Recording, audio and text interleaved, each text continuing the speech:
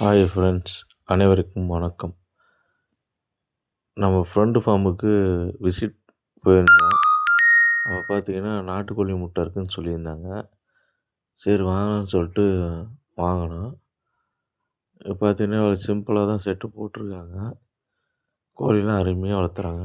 ஒரு பனி கூட உள்ளே வந்து பனிக்கத்துகள் போகாத அளவுக்கு நல்லா சுற்றி படுதாக போட்டிருக்காங்க. மேய்ச்சல் தான். கிட்டத்தட்ட ஒரு 4, 5 ஏக்கரா விட்ருக்குறாங்க. அதில் போய் ஃப்ரீயாக மேய்ச்சிட்டு வந்துடுது.